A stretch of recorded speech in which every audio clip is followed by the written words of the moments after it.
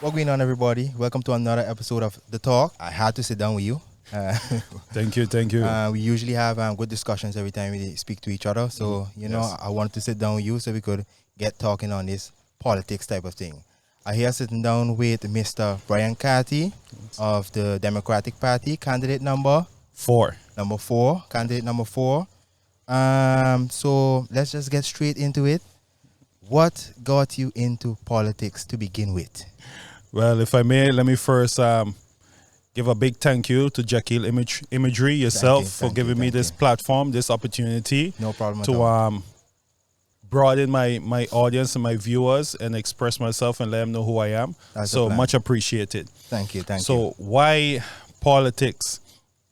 I've always been someone who's concerned about society in the country, and I did a lot of work on the ground floor. I'm still not done, but I see some things. I say, you know what? Let me see if I could get to where the decisions are being made. Yeah. To see if I can make a change more, island wide instead of just in one small corner. Yeah. So that's one of the reasons. It definitely in the money, I could tell you. That for sure. And I'm a servant. I'm like I said in one of my speeches, I'm a born servant. That's my love language. So I always seek the positions where I'm a servant. Even right now at school, I'm a management team leader. A lot of time people don't realize a leader is nothing but a servant. Exactly. And you're there for the people. Yes, You're there for the exactly. people. Exactly. You have a lot of different parties. Yes. You have PLP. Yes. They have CDA. CDA, and then you have DP. Yes. Why DP in particular? Very good question. I struggled in the beginning. Yeah. And a lot of people think, okay, I joined DP because my sister is there. I was going to ask that too. But best believe, many times, me and my sister, my family will be having some tough debates and tough discussions. Yeah. But at the end of the day, the reason why I chose DP is because even though we disagree, the floor is open for mutual and respectful discussion. And I remember a voter told me that the other day. He said, I have his vote, not because we agree, but he said even when we disagree, we can sit down and discuss it peacefully. Yeah. And at the end of the day, that's what it's all about. Exactly. Being able to sit down and learn to see each other's point of view, because you're not always going to be right. Yeah. And then I believe too in politics, everyone should have a voice. Yeah. Whether you agree with them or not. If, for example, hopefully if everything goes our way and we win, I don't want people to feel like, hey, okay, DP gone in, I shaft. Yeah. Everyone should feel safe, no matter who party goes in. Exactly. So that's why I want to. So when I look at the other parties, I don't find I see that in them when it comes to the respect and the dialogue. Yeah. I also don't see no unity among them. Yeah. So I saw that by the DP. Yeah. The Democratic Party. Even though a lot of times inside house there'll be a lot of discussions and debates and arguments, at the end of the day, they settled that and they came out as a unit. Yeah. And I believe as a country, that's what you want. Exactly. I always tell people the CDA or the PLP is not my opposition. Yeah. My opposition is other countries. Yeah. Because I'm competing with them for resources, tourism, or whatever it is have you. Yeah. At the end of the day, when whoever is chosen, we're supposed to be the dream team. Exactly. Because when you get in the island council, it's 5 people. Exactly. It's not one person just going in everything and just running with that. So if the UPC bring a motion, I shouldn't look at them as the opposition. Yeah. I should look at them, okay, that's my teammate. Exactly. The same thing with basketball. Yeah, exactly. All those teams competing, but when they link together for the dream team, you gotta work together to kick whoever you're playing against. Exactly. And that's the vision it should have. Like they say, a team is what has win championships. Yes, not one exactly. individual. Not one individual. Exactly. At the end of the day, when we are elected, we all represent Statia. Yeah. I noticed that I saw a video a very long time ago. Yeah. I can't remember what year it was, but it was talking about an issue that is still going through till this day here. Yeah, I'm curious. So they was talking about, for example, like the roaming animals. That was a big some years topic old, huh? and it's strange that back then nothing couldn't be done about that. We're still talking about that till now. What do you think that has stopped those things from happening? Like, what stops the decision from being made on several things. It's several things. It's a complex issue because it's not just one problem. Yeah. First off, animals don't want to come to town. They want to stay in the country. That's for sure. But water and feed. Yeah. For example, right now, government is doing their best to improve agriculture, but they are having some challenges on consistently bringing the feed. Yeah. So then the farmer is going to be like, okay, I'm trying to buy the feed, Yeah. but it's not there, so I'm going to let out my animals. Exactly. That's one. Water. Again, government try the best to make water available with pumps and running lines, but have challenges maintaining them. So sometimes you have 2-3 weeks, pump isn't working. Yeah. Yeah. Animals have no water. Again, they're going to row. Exactly. That is true. I never thought of it from exactly from that side. The next thing is professionalism. Yeah. People still looking at farming as a hobby. Yeah. Not everybody looking at it as agribusiness. Yes. So we also need to bring in some training. Yeah. And then the last thing is taking responsibility. Yeah. Because it's a small community, I don't want to offend Jaquil because I got to see him at the shop. Exactly. I got to see him in church, or he married to my sister. But if Jaquil tell me he want to farm, and I say, okay, Jaquil, how much goats you have? Yeah. 200. Okay. There's a formula you could calculate this thing. 200 goats need X amount of land. Exactly. Okay, Jaquil, you have property? Yeah. No. Okay, we'll give you property, but the property we're giving you could only house 100. Yeah. I mean, you got to slaughter 100. Yeah. Those kind of conversations need to happen. And they also need to interview a person. How much time do you really have to farm these animals? Yeah. Because if you're running a 9 to 5, It could never be. That never could happen. it's difficult to run 100 goats. Exactly. You know, so it's things like, so those type of discussions need to be had. And it's tough. It's unpopular decisions that need to be made. Some people, you simply have to say, sorry, you can't manage 100 goats. You need to get rid of all. Yeah, exactly. You know, and nobody wants to make that call, but it needs to happen. Yeah, it might be tough, but if it needs to happen, if your thing's just running rampant. Exactly. And then I have a situation where my scooter was inside of my yard. Yeah. A cow jumped the fence, throw down my scooter, scrape it up. Yeah. Can't do nothing about it. No, and because the cow don't have a tag, and then you have another issue. It just keep on going and going and going and going. That's my thing again, and in my opinion, sad to say, but government should be held accountable for that. Yeah. Because just like how a police will go and investigate concerning a thief, if you go by the LVV and say it was a blue tag cow number 80, it should be simple, because I had an issue too. They came and broke down my entire veranda. You see what I mean? I let them know which cow it was, because they told me, okay, what's the tag? I gave them a tag number. The owner came. Yeah. Still today I haven't received payment. You see what I mean? And that shouldn't be. But what I like is that lately government certified certain inspectors to issue fines. Yeah. Which is good. Yes. Yeah. So I see again, they're making progress, they're making changes, but like with everything, it takes time. Yes, it takes time. Which is understandable. Very understandable, but it's tough for you when you have a Vespa that costs 10 grand. Exactly. And a $2,000 car mash it up. Yeah. You understand? The whole frame to spray it and all. Exactly. So it's things like, I'm gonna be honest. When I look at agriculture, maybe because the way it's marketed, it's look like a older person type of thing. But how can you get that towards the youths to get some youths to go outside and study agriculture, to want to come back and then look at it as a business? How you gonna change that perception?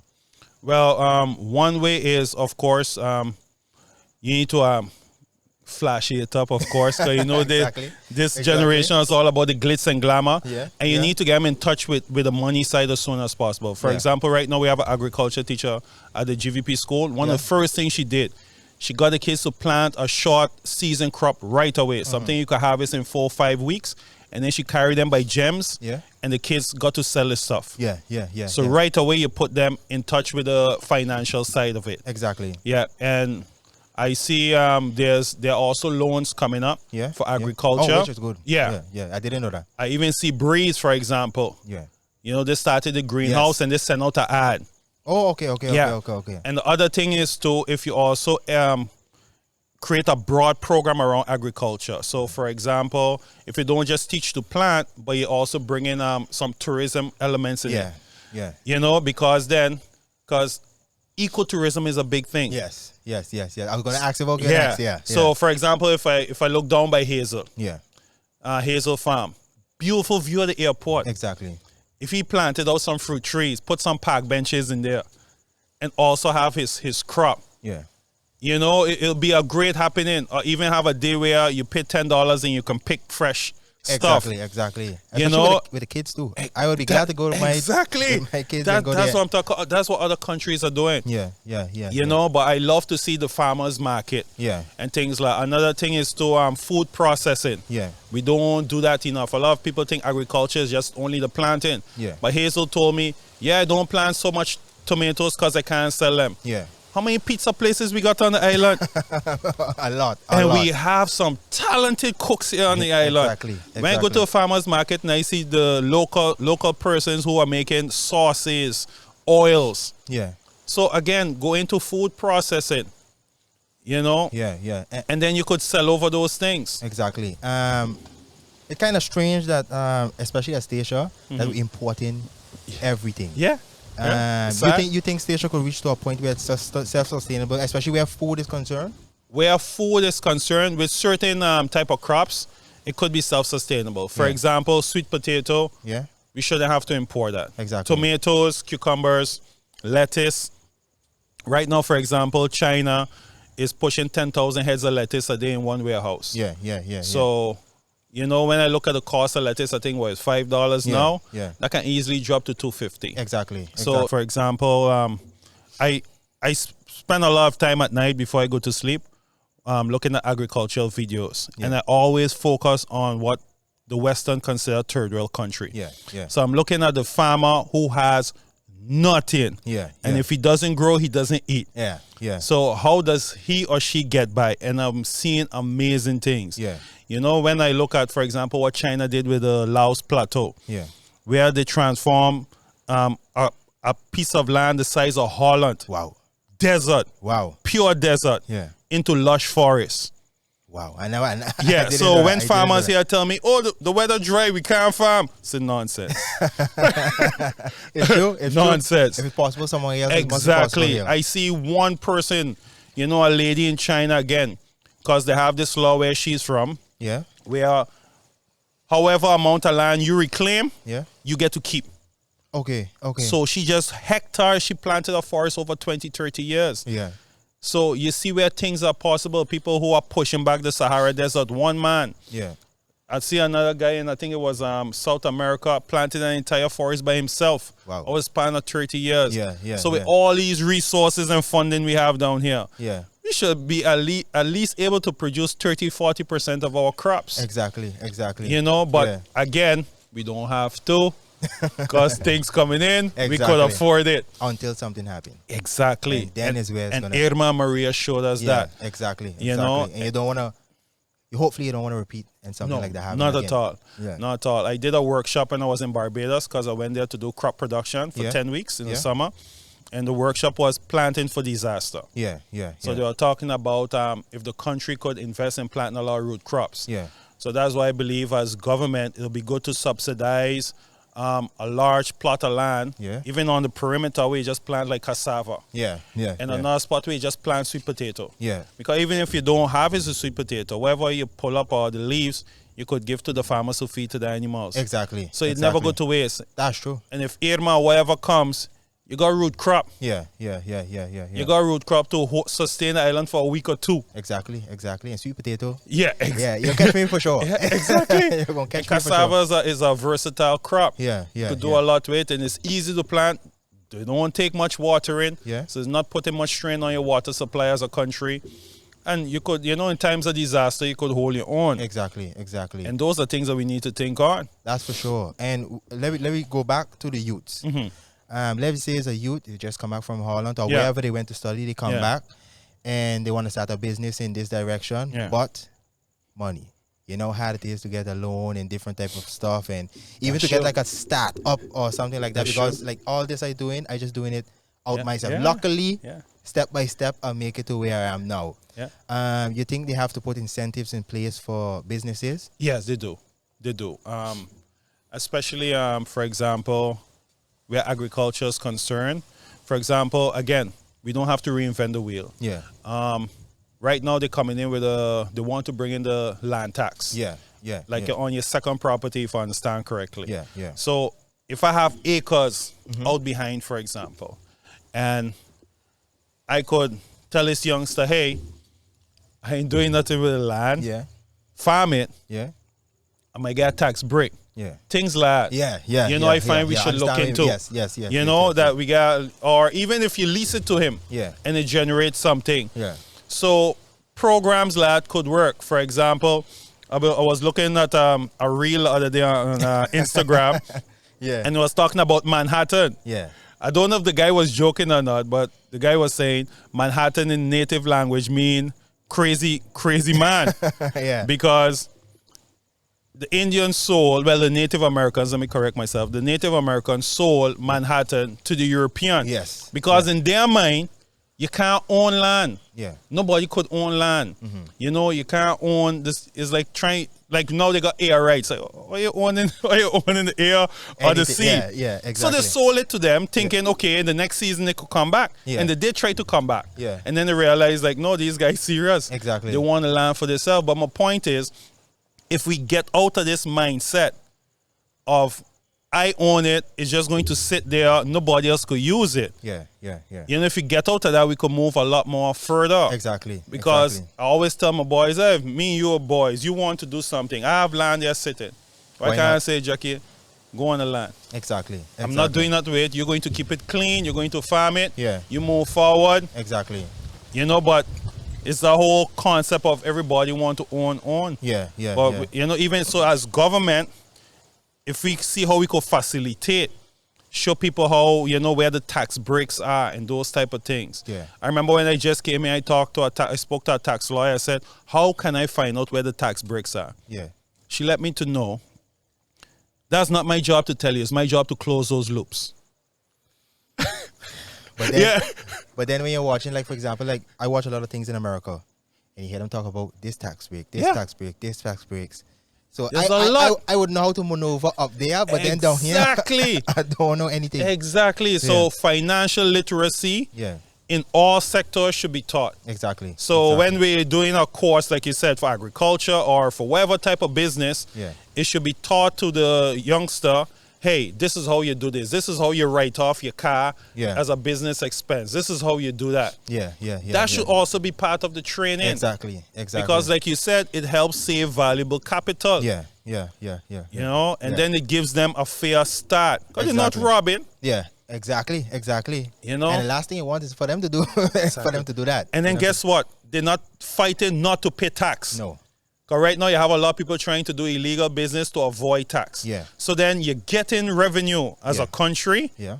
And so it's a win-win. Yeah, exactly. It's a win-win. Yeah, you can't lose at all. No. I was listening to your speech you had last time. You also talk about tourism. Oh yes, that's what one of my passions. What are some things that you think can be done for the island in general in regards to tourism? Marketing. Yeah. Heavy marketing. For example, I've been to a webinar online, and it was about virtual reality. Yeah. Now, for example, right now we send some people from tourism department to the different expos. Yeah.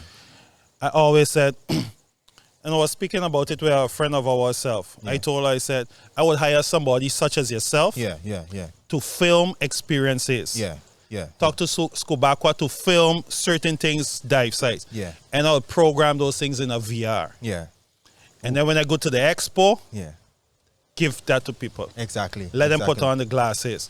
Because you can't experience station and not want to come. Exactly. It's such a unique place. I've had the blessing to be a tour guide for the Quill. You know, through Selby's. And when I ask people certain things like, would you enjoy going on the beach and just barbecuing? They say, hell yeah. Imagine that. You know, I say, do you all snorkel? I say, okay, maybe we could go shoot some fish and every snorkel. They say, hell yeah, I'll come for that. You understand? Something for me, you that's a regular Saturday. Exactly. Like we'll just go on the beach, buy a lobster for $15. $2, you know, whatever a pound. and we'll just grill fresh fish on the beach. Exactly. And only the European American rich will ever experience that. Yeah. You know, so because they have to travel and do all of that in order to experience something exactly. like that. Yeah. And the other thing is too, we just only cater to the wealthy tourists. Yeah. I remember when I was growing up, my whole family could travel to St. Martin. Yeah. And stay at a hotel. Yeah. You know, go to McDonald's, get a rental. Can't do that no more. You gotta decide who in the family getting to go. Exactly. But the middle class is like 5 to 10 times as much as the upper class. Yeah. So like now how we have the Makana. Yeah. If you could create a package deal, and then we're an island that we are still super safe. Yeah. I've never encountered somebody who comes station to Fete and didn't want to come back. No, they're always asking, "Hey, we're going on Easter. That's true. We're going on Carnival. That's true. I want to come for a weekend." Yeah. That's true. Always. Yeah. And like I said last time, somebody told me a story right here by Ocean View. This guy was working for GTI. Well, I think it was still New Star at the time. Yeah. Came karaoke night. Yeah. Stone drunk. Pass out there on the wall. Yeah. Guys see him. They don't know him personally, but they know him by seeing him on the job. Yeah. They pick him up, carry him home, wake him up the next day and carry him work so he don't get fired. Imagine that. He had the wallet, phone, everything. Probably if he was somewhere else, that would have been a whole different outcome. Else. Yeah, a whole different outcome. It's just a vibe. Yeah. You know, especially Easter is just a vibe. The only issue we have is places to stay. Yeah. And I remember speaking with the director of tourism, Charles Lindo, and he told me, he said, look, we don't need a 200-room hotel. Yeah. We need a lot of hotels with a few rooms. Yeah. And I stop and think, I said, boy, he right, you know. Yeah. Because if you open up an inn, even though you got 5 rooms, the person can experience a different vibe by you than if they come by me. Exactly. And it's something like the homestay program what tourism try to promote. Yeah. So if you have a lot of small niches throughout the island, that'd be a beautiful thing because we are melting pot. You got your Santo Domingo. Yeah, exactly. Yeah, that is true. You know, the tourists going to experience every time they come, they experience something different. Everything. Yeah. And they're going to always come back. Yeah. There's no place like here. That's true. You know? Let me take a little turn. No problem.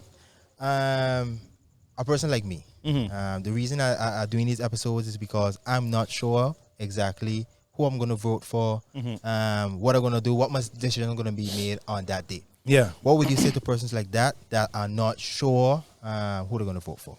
I would say voting interest, but you got to know what your interest is. And a lot of people haven't figured that out as yet. Yeah. Because like I said, a lot of people still don't really know what they might want. Yeah.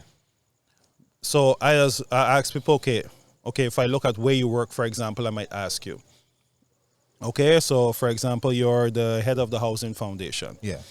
Okay, so based on the goals of the Housing Foundation and based on your career that you're looking at, you might say, look, I need relations to stay good with the central government because I need the funding and the connects to still come through so that we can expand. Yeah.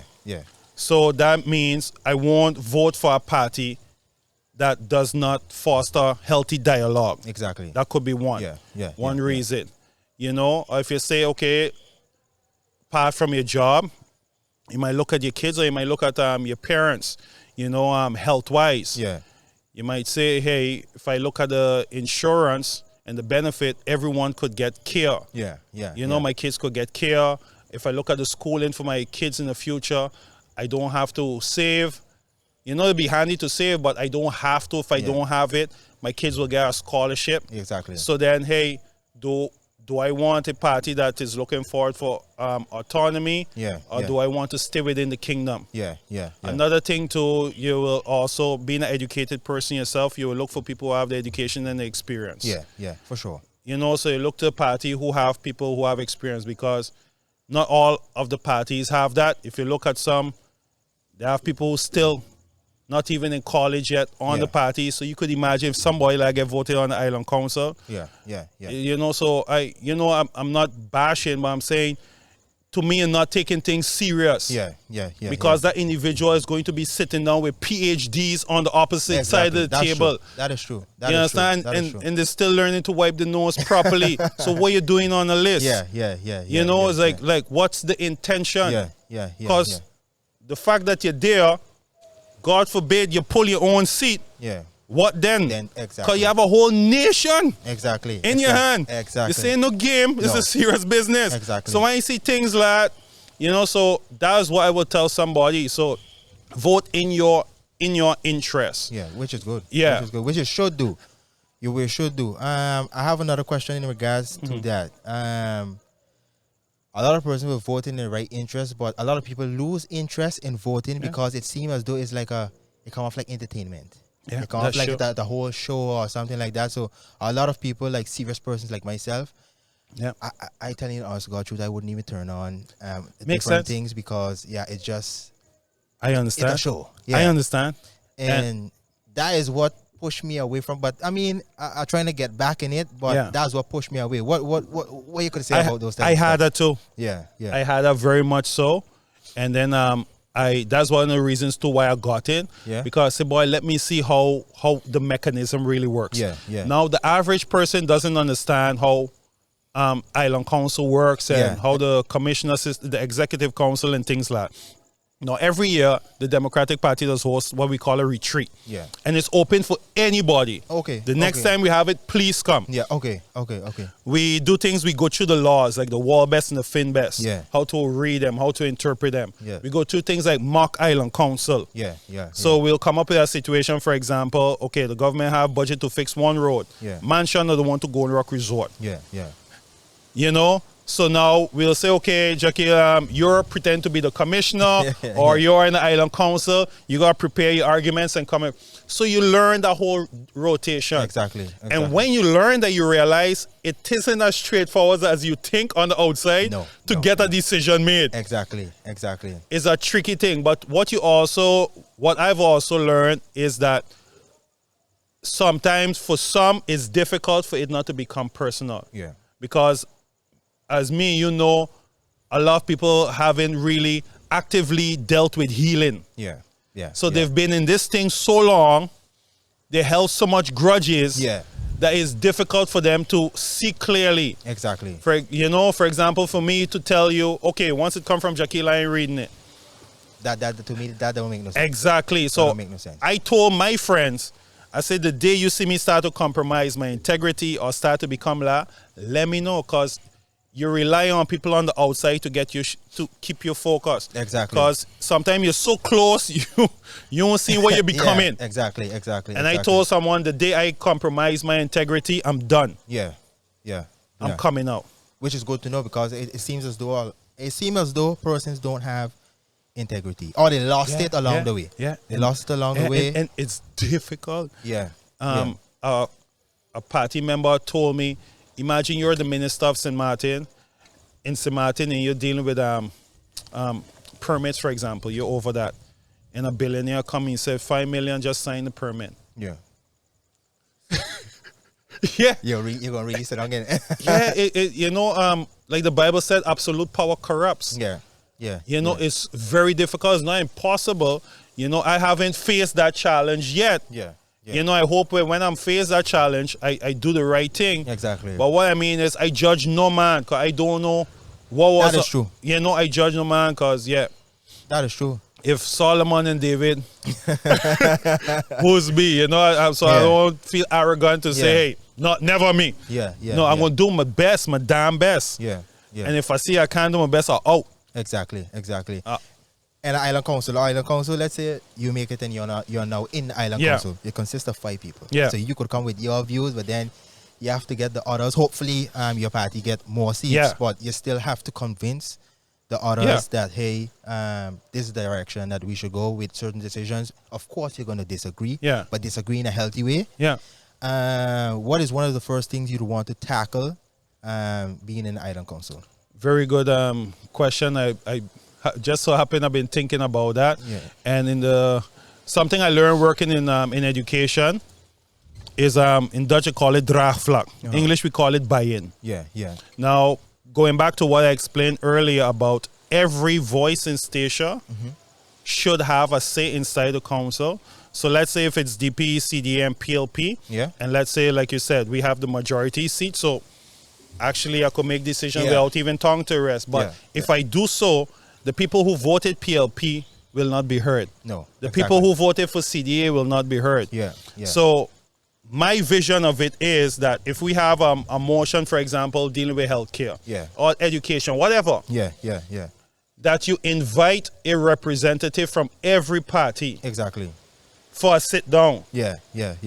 Because the thing of it is, even if you and your party formulate a motion to go forward, you sit down with the party and say, we'd like to know how this will affect you. Exactly. Same thing with CDA. How will this affect you and your constituents, your supporters? Yeah. And the CDA might say, hey, this will affect us also, and you be like, boy, that's true. Yeah. We want that. Yeah. Even if it might be a few persons, but if you could benefit them, why not? Yeah. If you can't, you can't. Yeah. Because at the end of the day, you can't help everybody. But if you can, you should. Yeah. So you want to invite them to the table for honest dialogue, because trust gotta be built up. So I'm hoping the new generation politician like myself and whoever on the PLP and the CDA, I'm hoping those who ain't have a history of bad blood can be the bridge between that's what we all hope for. Between the three parties, and say, hey, because at the end of the day, sometimes both sides mean well. But because presuppositions of past dealings, they're going in there like exactly, and then body language looking shaky. Exactly, you don't want that. So you want to create a some type of trust and build on that. So I'm hoping we could start on something small. Yeah. Something small, maybe is have to do with the farmers or whatever. And then build on the success of that. So I'm hoping. I might be naive. Somebody tell me, boy, you're gonna call in politics because you're too naive. When you're going there, gonna be a whole other ball game. But hey, we could dream. Like the Bible say, if you be like a child again, you'll get through. Exactly. So that, let me speak about at a certain point, there was an intervention. Yes. An intervention happened. What is your thoughts on something like that happening? Boy, that was rough. That was rough. I was there during the protests. Yeah. I was there walking with the protesters, and they were mainly PLP supporters, of course, but I was there because for me, it had nothing to do with political party. For me, it had to do with as a station. I agree it had to happen. But I didn't like how it happened. I didn't like the fact, because they were saying, the law was always there, but according to me, not. It was some put together in less than 24 hours, it was carried out. And then the other thing is too, but again, maybe because I don't know the other side from the Netherlands, why they did it that way. Because could be ignorance to why I feel how I feel. But you send everybody home. You didn't come in, and the other thing is too, the ones who violated got no punishment. Exactly. Because that never happened. Because if I'm a bookkeeper or whatever and there's financial fraud in the company or whatever, even if I'm on the board and I'm the treasurer, there are legal ramifications if something goes wrong with the money. Exactly. So I find if I'm an island council member and you could see my signature on a document violating a law, that means something. There should be ramification. Why allow me to be able to run again? Which is true. I like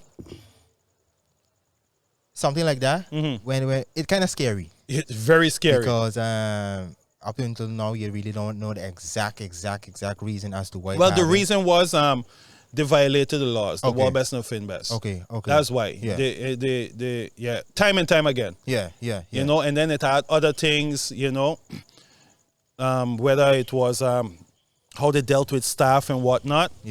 But also when the central government stepped in and the things they improved, you really see, hey, those things really need improvement. Because a lot of things happening on the island too. A lot of things happening on the island. You make it sit down and wonder what actually was being done. Exactly. None of these things could have happened. Because census got cleaned up, finances got cleaned up, the street got the signs, the names, things like that. All those things. And some people say, it happened because the Dutch commissioners were there, the money pipe was open. The pipe. Maybe that's so. Yeah. Is there evidence for it? I haven't seen any clear evidence to indicate that's the case. Yeah. You know, it just means we have to negotiate better. Exactly. Because at the end of the day, if I is the one giving you money, no matter if it's a business, no matter if it's whatever, I must have some type of say. Yeah. And it my of money. Course. It my money. Even if I have to give money to my children, I have to know what you're gonna do with the money. I have to know what they want. It can't just be it's impossible. Yeah, so the entitled attitude, it can't work. Yeah, it's just basic business. And another thing I've experienced, through working again in education, out of the 10 delegates and visitors I've met from the ministry and different stakeholders from out European Netherlands, maybe 1 out of 10 meant harm. The others, they did harm, but out of ignorance. Yeah. Most time it was out of ignorance. And the moment you call them like, hey, we down here, we are not like you up there, so you need to adjust this. Exactly. Right away you hear the apology. And they get on it and they try to fix it. So if you go in the room thinking, hey, I'm going to show them a lot are busting the tail, trying to help, looking at the people in the country from a humanity perspective. Exactly. You know, so you really just gotta be open-minded and just deal with people as people. That's true. That's true. Yeah. I have a final question here. Why should persons vote for you specifically? The other day I was on the road and somebody told me I could buy the vote for X amount. So I told them, sorry. I told them I don't even ask for votes. So I won't be buying none. Exactly. Now, somebody should only vote for me if they could see themselves in me and they could see, how can I say, if their vision and what they're interested align with what I am about. You know, because I always tell people, if nobody votes for me, that means nobody sees the need for me. Nobody feels that I need to represent them. It's the same way you go in the kitchen, there might be 10 different knives. Now, you choose one, but that doesn't mean the rest of the knives are junk. Exactly. It's just that you choose the one for the job. So if I'm not chosen, I mean, I was not necessary at this point. You know, so I'm not going to go on a podium or sit here on a podcast and speak in a way that I think, hey, I am this, you need this, so I am this. Exactly. No, I am what I am. If you don't need me at this point, it's okay, I'll serve in another capacity. I'm always here to serve. You know, and I hope I can be of service in this point for this. But if there's a demographic that said, we don't need it at this point, that's okay too. Because at the end of the day, it's about the people. It ain't about me, my ego. Oh, look how much votes I pulled. No. But it could also mean if I don't get amount of vote, maybe I didn't communicate effectively enough. So next time come around, you know exactly that could be it too. So I didn't introduce myself and reach out enough, or maybe I used the wrong words. You know, but I do my best all year round. To always be an assistance to people, whether it's volunteer work or whatever it is, have you. I try my best to interact with people, help them, and see and try to understand situations. A lot of people ask me, well, why do you work so much different type of jobs? Because I'm trying to understand what different persons go through. Because most of them ain't even about the money. Because I could be doing something else. You know, it's just about what is it like. You know, being a waiter. What is it like being a bartender? What is it like to clean toilets? What it is like to cut yard? You know, no matter your function. So you can understand what it's like doing that day in, day out. Having to come home, deal with your kids. So if you're in a position now to make certain changes, you know, you can understand where that person coming from. And that's all it is about. Trying to understand the individual. You know, for me, I do my best, to be honest. And why I say do my best, I don't willfully lie, but sometimes even when you think you know what the truth is, you don't know. I have no problem apologizing. I'm very direct. Sometimes too direct. I'm working on that. I'm hardworking. I do my best to stick to my word. And I'm a fighter. When I say a fighter, I mean for justice, to making sure everybody get their fair due. You know, and I don't care who it is. If I see foolishness going on, I call it out. Which you should. I call it out. Yeah. I will call it out in a way. For example, if me and you're working together, I say, Jaquil, I notice you're doing this. This ain't really on the up and up, you know. So I'll pull you aside. Yeah. And then I'll give everybody the fair chance to adjust. Yeah. To change. Because we human. Yes. If I see it repeating, I'm like, no you got to go. Then you just, exactly. So now my mission is to get you gone. Yeah. Which is right. That's my mission, to get you gone. Because either you're going to be tied to that. Yeah, exactly. And people are going to think, maybe inwardly, they might think you have the same attitude. Yeah. That's why you're agreeing with the person. Exactly. Yeah. You know, so that's me. And I really see the gem of this place. Yeah. This place could be shining so much more. A lot of people don't know how big the opportunities they have right now. This is the best time to do something. Thank you. Yeah. Thank you. And like I said in one of my speeches, I used to think station was too small, but it was just my vision. Yes. Yes. My vision is what was small. Yeah. You know, and when I see what different persons are doing, I even mentioned you in my speech the last time. You know, I see you guys, you know, it's just inspiring. Yeah. I'm glad to be inspired. Yeah, it's just inspiring, and it lights a fire. Yeah. It's like the song where we learn in Sabbath school, with this little light of mine. I never understood it then, you know, what it really meant. Yeah. You know, don't play small for nobody. No. Because when you shine, you give the other person permission to do the same. Exactly. And you end up sparking them, and that's what a lot of people have been doing. A lot of the time I tell people that you never know who's watching you. Sometimes I doing stuff, and then the strangest of person would send me a message and be like, boy, I'm watching you a long time, I really like what you're doing. Yeah. And it wouldn't be a person that I thinking of in my mind at all. So you got to pay attention because everybody watching you. Yeah. Everybody watching and just stay the course. Yeah. And, you know, stay true. Exactly. That's all I said. We will stay true to yourself, you know. Yeah, and that's the thing. Let me switch gears a little bit. No problem. I have a section of the podcast where I call On the Spot. First question to you is, if you had to write a book about your life, right, what would the title be? What would the title be? Yeah. How to Love.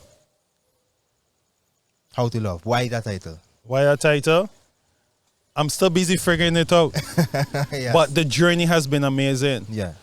I've learned how to love self. Yeah. How to love my family. Yeah. How to love my kids. Yeah. How to love a different human being. Yeah. You know, I don't have all the answers yet. Yeah. But I'm way further than where I was, and the journey is just remarkable. Yeah.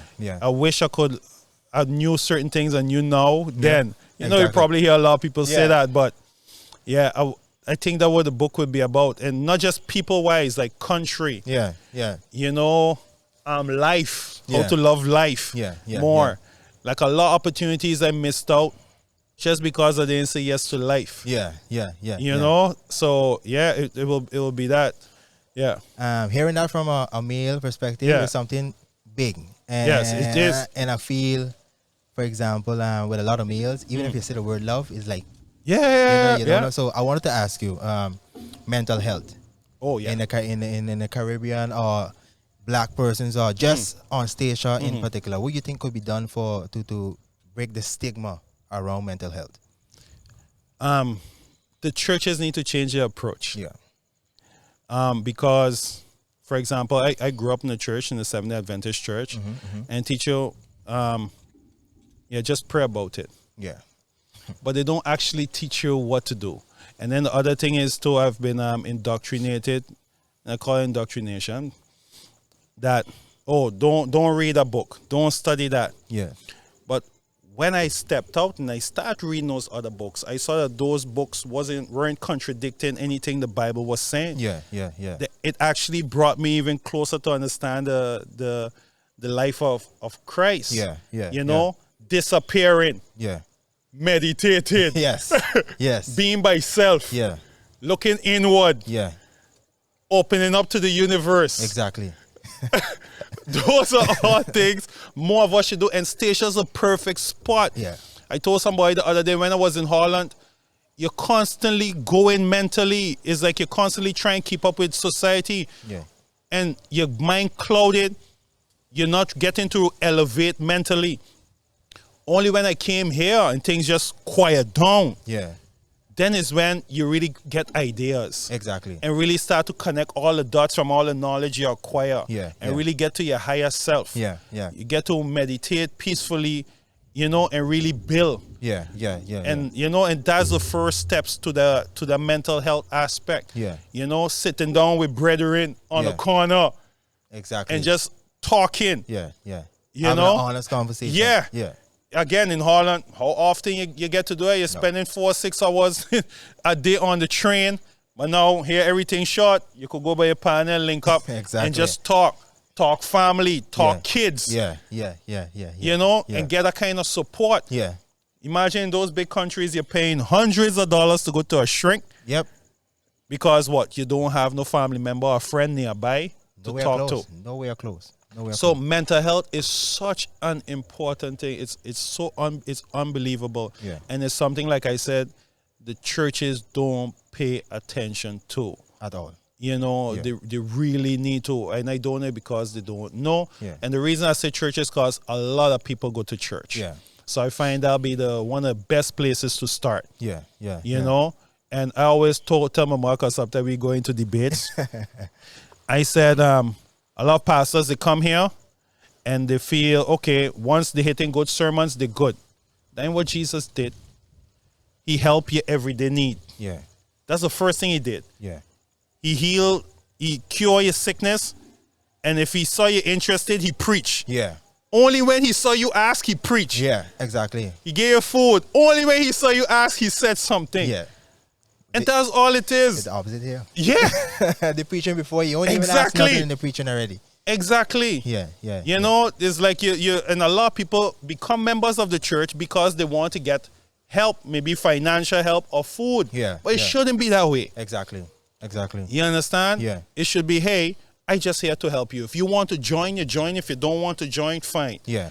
But tomorrow I'm here to help you again. Exactly. And a lot of times also, it's not about a particular church. No. But sometimes you go to a church and the preacher or whatever kind of condemning. They kind of come off like, you just come to the party or da. So immediately, if you're trying to hit the young demographic, you're going to lose them. Of course you're going to lose them immediately. Of course. And that's why podcasts like Joe Rogan or now you have your Jordan Peterson and whatnot. That's why those guys are so famous now. Why? Because they're touching on things that young men and young people really want to hear. And they ain't saying much different than what the church saying. No. They're also very traditional and conservative. Exactly. But they're more speaking the language that they need to hear. Hey, start with clean up your room. Yeah. Clean up your own act. Yes. And then you're automatically going to start seeing, hey, this young man, and I tell the students the same thing. I said, look, sometimes they ask me, like young girls especially, they say, Minya, is this okay to do or is that okay to do? I don't speak to kids about right or wrong. I only speak to them about action consequence. Yeah. Which is better. Yeah.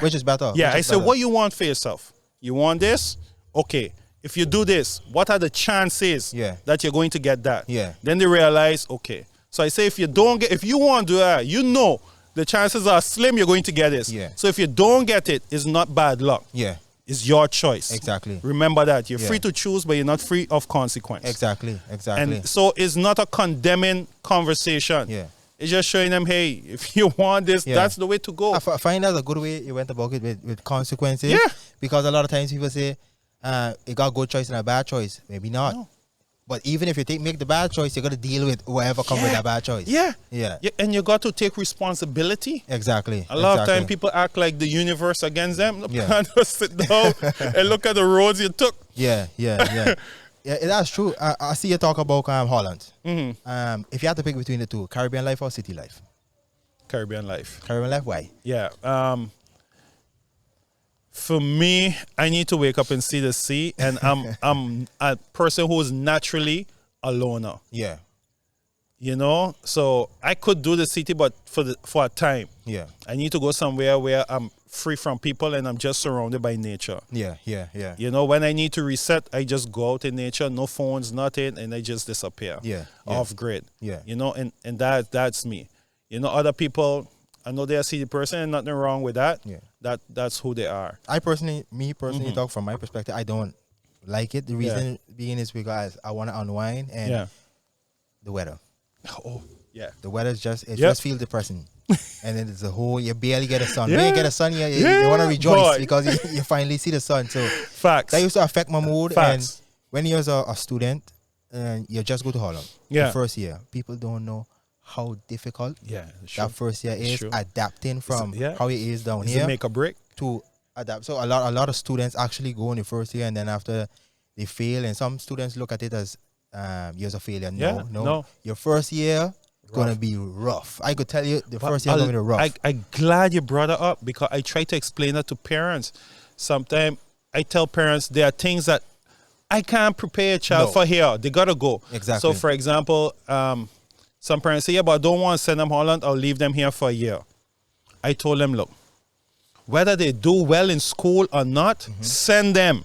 Because what they're going to learn that first year is invaluable. It's okay if they fail education-wise that first year. But trust me, after the second year, all the other stuff, they're good to go. Now they could just focus on school.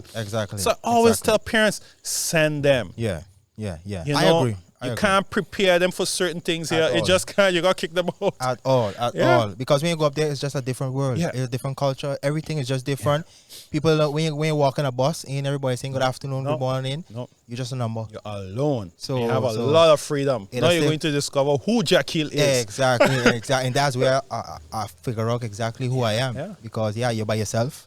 You can't run to nobody. No. Luckily, I had my mom, my mother, and thing up there, but still, it still don't feel the same. No, you know, you don't got your boys or no one to talk to. So, and then I live Groningen.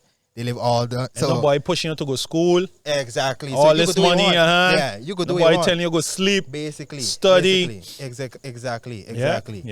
Another question. If you had one person in your life, that is either from the island that you know, somebody that you know, that you look or looked up to, who that person would be? Well, looked up to? Yeah. Boy. One person. Okay, if so if you had to pick just one person. Yeah.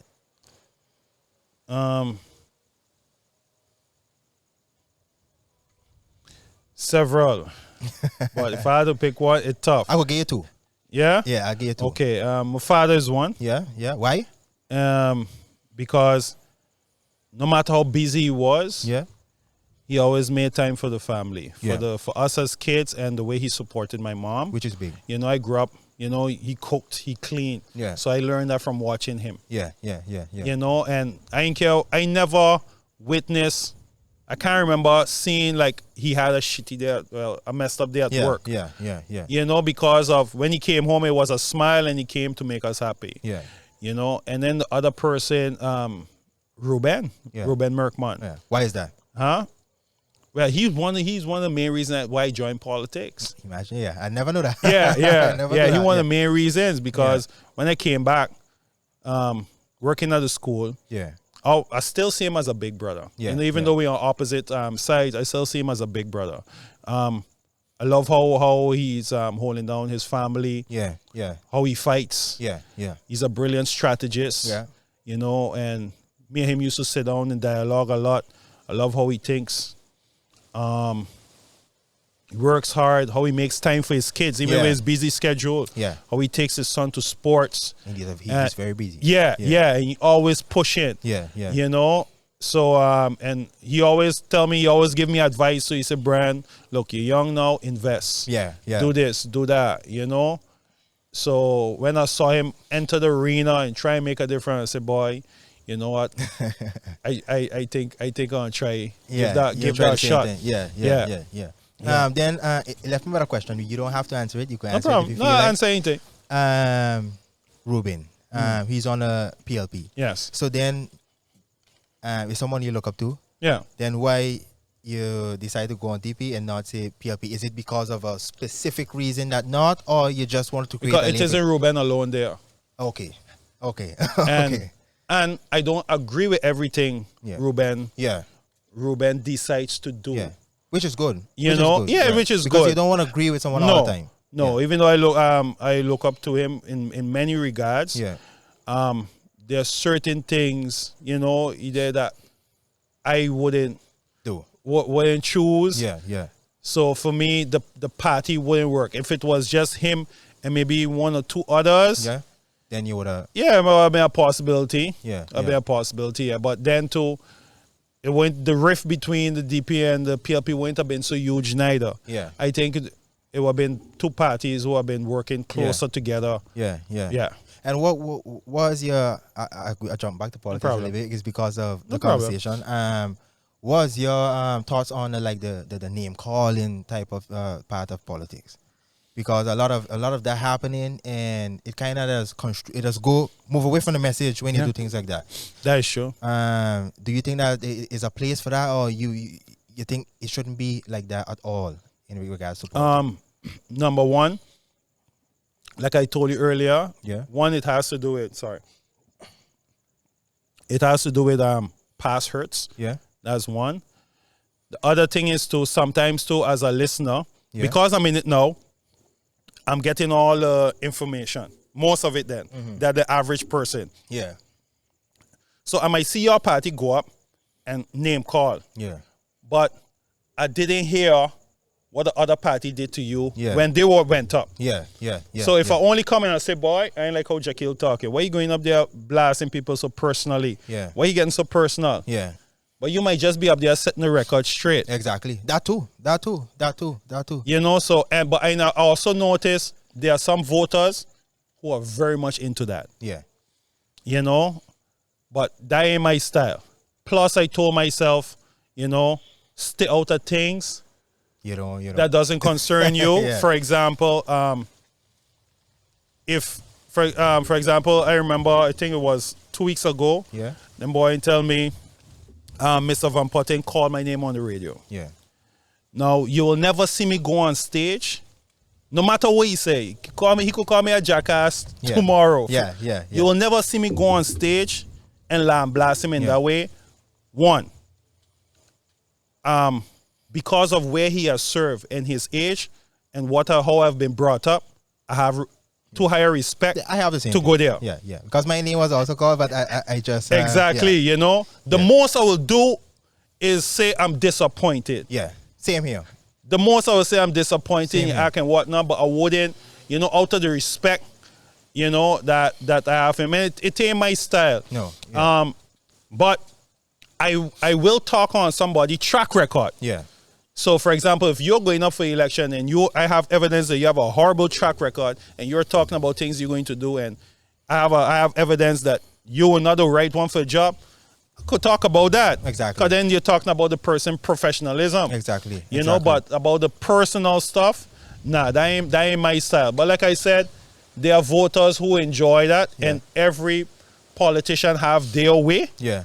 You know, and that's how it is. Luckily, I think with the new generation now, that ain't our entertainment. We actually want to see you discuss. Yeah, but now remember we're young. Like I said, I hope over 20 years, if we still in, that they don't. that it doesn't come to that. Yeah. It don't repeat itself. Yeah, it doesn't repeat itself. Yeah. That's what I'm hoping for. Yeah.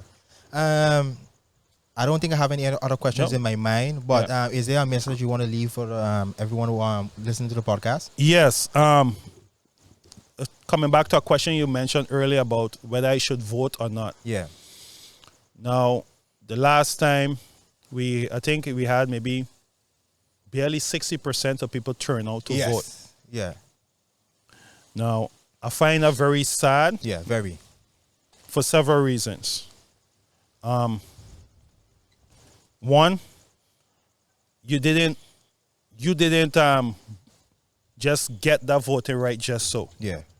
A lot of people die, so you have the right for democracy. Yeah. And if you don't vote, you're shitting on it. Yeah. That is true. You're shitting on all those people who went and said, I want to choose. Yeah.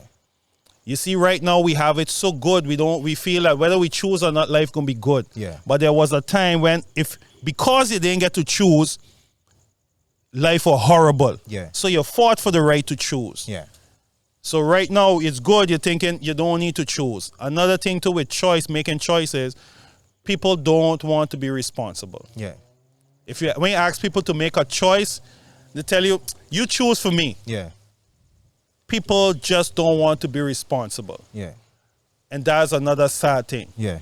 And also a lot of people have it in their mind, no matter who I vote for, things going to be the same tomorrow. Yeah. Now, for the everyday mundane things, yes, that's true. Yeah. But if you live in a Golden Rock house, things could be very different. Yeah. All of us benefit from insurance. Yeah. Things could be very different. Yeah. Business-wise, Yeah. things could be very different for you. Yeah. So choosing not to vote is making a choice to put your faith in somebody else's hand. That's true. That is true. And if you have kids and you say, yeah, but I don't know who to vote for, ask. Yeah. Ask. Yes. And this is exactly why I'm doing this. Go to the meetings. Yeah.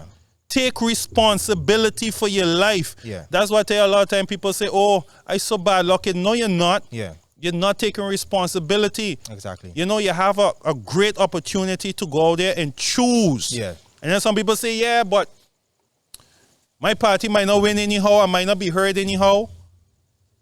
You don't know if you don't make an attempt. Yeah. Yeah. You know, some people say, yeah, but that person will still know. If everybody go and vote, Yeah. and they don't vote for that individual, then they don't get in power. Yeah. So if you, sometimes people say, I tired of hearing a person on the radio, the song's so stupid at this. If 200 people didn't vote for them, Yeah. you wouldn't be hearing them. Yeah. So if you went out and vote for who you want to hear, you wouldn't have to deal with that. Because if the remaining 40% that didn't vote actually vote, that could change a lot. A lot. Yeah. That could have changed A lot. Yeah, that's a lot of persons. People don't realize that. So sometimes, you know, when people, you know, complain about certain things, I say, yeah, you don't vote. Exactly. That's true. And that's a good message to leave, to leave it with. Vote. You need to go out. Yeah. You know? So thanks for sitting down with me. Thank you for having me. For all the listeners, I don't only have this on video form. Also, if you have Spotify, you can listen to the podcast there. I usually post it on my Facebook page. So make sure you be on the lookout for that. It's on Instagram, Facebook, everything. Thanks again for coming out. And thank you very much, Jackie. Appreciate it. It was fun. To everyone watching, bless. See you again in the next episode. All the best. Team DP. Yeah. Hey, bro. Thanks a million, man. That was really good. I find